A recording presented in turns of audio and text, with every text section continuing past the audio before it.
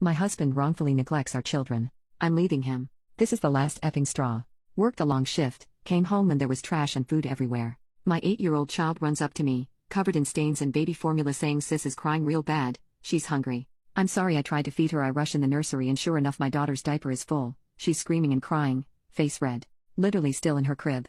The room is messy with baby formula and chips. I later learned from my son that he had tried to make a bottle for her but didn't know how, so he tried to feed her potato chips to calm her down but she couldn't eat them. He'd been trying to open the door to me in my husband's bedroom. It was locked the whole time, while he was in there sleeping. I asked him if he ate and he said not really, just chips, and he tried to take all the food out of the fridge to make something to eat. After feeding and changing my 6-month-old, I literally almost tore that bedroom door down trying to get him to open it, and he opens the door all groggy and says, "What do you want?" Clearly annoyed. I tear him a new one and scream at him that our children haven't eaten all day cause his lazy butt couldn't wake up and care for them. He just stares at me dumbfounded and is like, "Oh my bad, I thought they ate before you went to work." I'm crying at this point. He stayed up all night playing video games and promised he'd wake up and stay up for the kids. I should have known better. I told him I wasn't gonna get our kids taken away cause of him and that we were over. I'm shaking.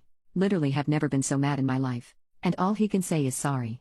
I don't know where I'm going but I have to leave. I hugged my son, told him he did his best and I was proud of him for taking care of his sister. So sad he even had to do that. Edit, if you say, well you chose to have kids with him, you're just as bad for choosing to have kids with him. I know you're not an adult and or lack critical thinking skills.